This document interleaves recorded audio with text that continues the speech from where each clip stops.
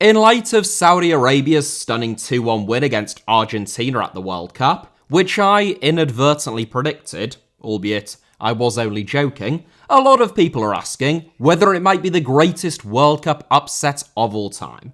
It is a good question. Saudi Arabia are the second lowest ranked team at this World Cup, just outside the top 50 of the FIFA World Rankings, and they were hopeless at the 2018 World Cup in Russia 4 years ago. Argentina, on the other hand, were the second favourites coming into this World Cup, ranked third in the FIFA World Rankings, and they hadn't lost any of their last 36 matches, the longest unbeaten run in international football, dating all the way back to July 2019, before COVID-19 had been identified, when they lost 2-0 to Brazil. So, in light of those discussions, I thought that I would give you a quick rundown of what I consider to be the 7 greatest World Cup upsets of all time, and then at the end, I'll tell you where I think Saudi Arabia's win against Argentina ranks amongst them and why. Alright, without further ado then, here are my 7 greatest World Cup upsets of all time. 7th, Uruguay 1, Costa Rica 3 in 2014. One of the most underrated World Cup upsets in my eyes. An awful lot happened in the first few days of the 2014 World Cup, which meant that the true scale of this upset just got a little bit obscured. When the draw for the 2014 World Cup was made, pitting Costa Rica in the so-called Group of Death up against Uruguay, Italy and England, everyone expected the Central Americans to be the whipping boys, and for the other 3 to battle it out for the top 2 places and progression to the knockout stage. Costa Rica flipped those expectations on their head.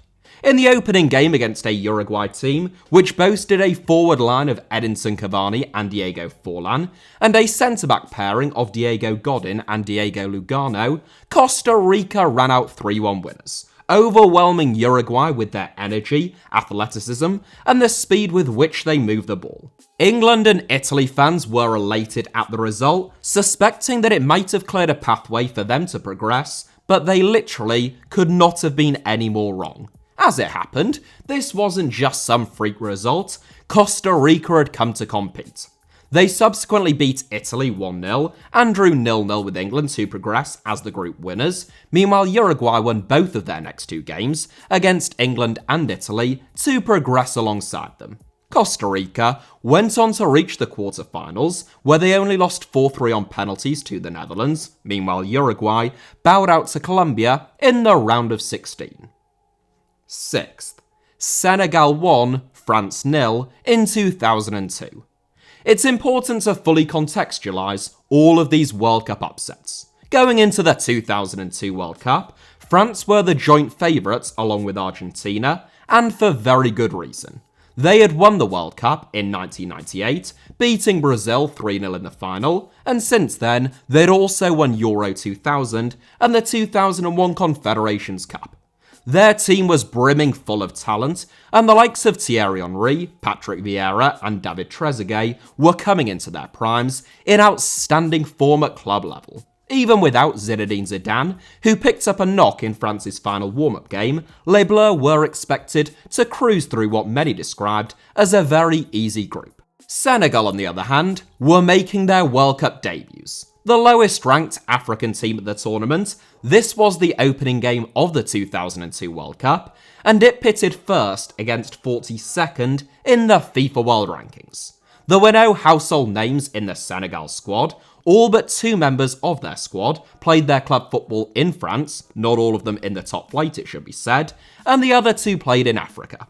Senegal not only beat France though, courtesy of a goal from the late great Papa Bouba Diop, a man who was nicknamed the Wardrobe, they were deserved winners. For all of their possession, France created few chances, and Senegal's speed and intent on the counter-attack made both Marcel Desailly and Frank Leboeuf look as though their best days were firmly behind them. Senegal went on to reach the quarter-finals, where they lost 1-0 to Turkey in extra time. Meanwhile, France finished winless and bottom of their group in one of the all-time great World Cup upsets all round. 5th, Argentina 0, Cameroon 1, 1990. Senegal's 1-0 win against France was the greatest World Cup upset in 12 years, immediately earning comparisons with Cameroon's famous 1-0 win against Argentina at Italia 90. Cameroon's victory was even more shocking and surprising, given that they were managed by a totally unknown Soviet head coach who didn't even speak French. Many of their players had only recently been amateurs, and 10 of them still played their club football in Cameroon. Now contrast that with the opposition, an Argentina team that were reigning world champions, following Maradona's heroics at 86, who had himself just had one of his best ever seasons at Napoli, prompting some people to predict that Argentina might just successfully defend their crown. They would come mightily close, but in their opening fixture, a fast and aggressive Cameroon team, who ended the game with just 9 men, beat them 1-0. Francois Oman-Biek scored the winning goal for the Africans just 6 minutes after his brother had been sent off. Cameroon ended up winning the group and became the first ever African team to make the quarterfinals. Meanwhile, Argentina bounced back to reach the World Cup final, despite finishing third in their group, where they lost 1-0 in the final to West Germany. Fourth, West Germany 1, Algeria 2, 1982. Only 4 African nations had appeared at the FIFA World Cup before Algeria arrived on the international stage, and between them, they had won a combined total of just 1 game. Most of the Algeria squad played their club football in Algeria, and of the 7 exceptions to that rule, who all played in either France or Belgium, most had won few caps for Algeria prior to the World Cup. West Germany, meanwhile, were one of the tournament favourites as the reigning European champions, with a squad that boasted the likes of Paul Breitner, Lothar Matthäus, and 2-time Ballon d'Or winner Karl-Heinz Rummenigge. So confident were the West Germans that in a press conference before the match, head coach Jupp Derwell was overheard stating that, "If we don't beat Algeria, we'll take the next train home." He wouldn't stick to his promise. Rabah Madja, who signed for Porto 3 years later, where he was a big success, opened the scoring, and 2 goals in the space of a single minute from Karl-Heinz Rummenigge and Algeria's greatest ever footballer, Lakhdar Belloumi, saw the match end in a 2-1 win for the Algerians and one of the greatest World Cup upsets of all time. Algeria ought to have progressed from the group stage after that, but in the final group game between Austria and West Germany, both teams knew that a West German win by a single goal would see Algeria eliminated and both of them progress. West Germany opened the scoring after 10 minutes, and for the rest of the game, virtually nothing happened. It became known as the disgrace of Gijón, and it forced FIFA to implement a new rule that all final group games must be played at the same time. West Germany went on to reach the 1982 World Cup final, where they lost 3-1 to Italy. Third, Italy 0, North Korea 1, 1966. North Korea seems uniquely mysterious to most of the world these days, as a hermit kingdom with few comparable states. That wasn't quite the case in 1966, just 13 years after the end of the Korean War, at a time when North Korea was very closely allied with the Soviet Union, and they were one of many communist countries. That might have been true of the DPRK as a country itself, which wasn't even recognised by the host nation in '66, but perhaps never has there been less known about a national football team heading into a World Cup than North Korea at the 1966 World Cup finals. The DPRK had only played their first official game in 1964, just 2 years earlier, which they drew 0-0 with Burma, and they only had to play 2 games, both coming against Australia, in order to qualify for the tournament in England. There was something surreal about North Korea's footballers, who were by far the shortest at the tournament, and they developed an immediate affection from the people of Middlesbrough, playing with an almost military structure and discipline. After losing their opening game 3-0 to their allies, the USSR, North Korea drew 1-1 with Chile before facing Italy in their final group game. North Korea shocked the world, with Pak Do-ik scoring the game's only goal, and they later raced into a 3-0 lead against Portugal before losing 5-3 in the round of 16. That defeat saw Italy dumped out in the group stage, and they were pelted with tomatoes upon their return to Rome. Second, West Germany 3, Hungary 2, 1954. Now, I know what some of you will be thinking. How can Germany beating Hungary be a bigger shock than North Korea beating Italy, or Cameroon winning against Argentina? Well, allow me to explain. Germany were not considered to be a formidable national football team prior to 1954. They had gone out in the first round of the 1938 World Cup, despite annexing Austria to take all of their best players, and they were banned from even competing in the 1950 World Cup as a result of World War II. Hungary, on the other hand, were the biggest pre-tournament favourites in the entire history of the FIFA World Cup in 1954. They hadn't lost a single game of football in more than 4 years. Their team was widely considered to be not just the greatest in the world, but in the entire history of the sport, and they won their last game before the tournament 7-1 against England. During the group stage, Hungary beat South Korea 9-0 and West Germany 8-3, before beating Brazil and Uruguay 4-2 in the quarter and semi-finals. West Germany bounced back from getting trounced by Hungary to get out of the group before beating Yugoslavia and Austria to reach the final as well.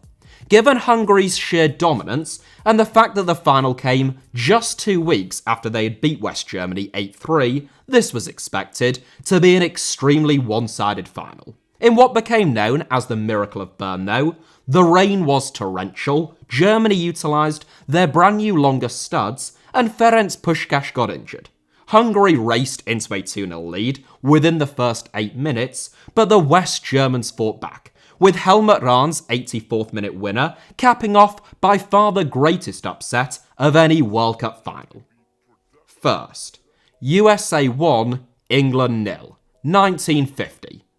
A result so shocking that journalists from around the world just assumed that there had been some kind of typo and that England had actually won the game 10-0, the USA's 1-0 win against England at the 1950 World Cup in Brazil is the greatest World Cup upset of all time, and in truth, it isn't even close.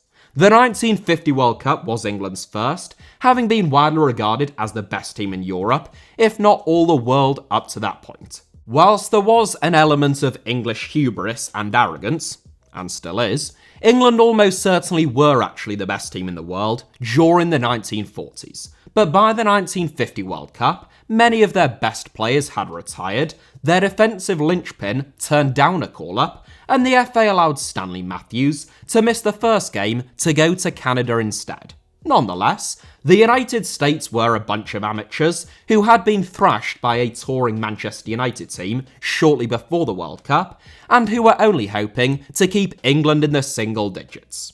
Their resilience then, as England missed chance after chance, struggling with a stomach bug that had afflicted the entire squad ever since their arrival in Rio, was absolutely remarkable. Joe Gaitjen, a Haitian student studying in the United States, scored the only goal of the game, ensuring that England's World Cup debut ended in a shocking group stage exit. So those are my 7 greatest World Cup upsets, with honourable mentions for East Germany's 1-0 win against West Germany, Nigeria beating Spain 3-2, Northern Ireland's famous win also against Spain, South Korea knocking Italy out with a little bit of help in 2002, Bulgaria's 2-1 win against Germany, Switzerland beating Spain in 2010, and the Republic of Ireland's victory against Italy. But where does Saudi Arabia's 2-1 win against Argentina rank among those all-timers?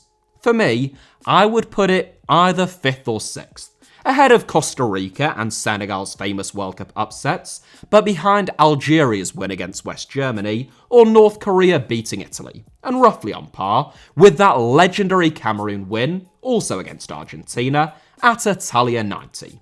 It is an enormous upset, but Saudi Arabia aren't total unknowns like some of those others, so I think that is an accurate reflection of where it ranks on the all-time shocker meter.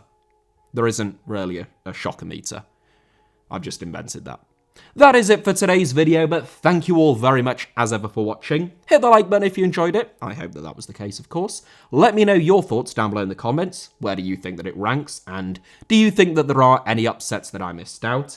And feel free to subscribe and turn on notifications for HITC Sevens. You can also find me on Twitter or on Instagram via the username at HITC Sevens on both, should you wish to do so.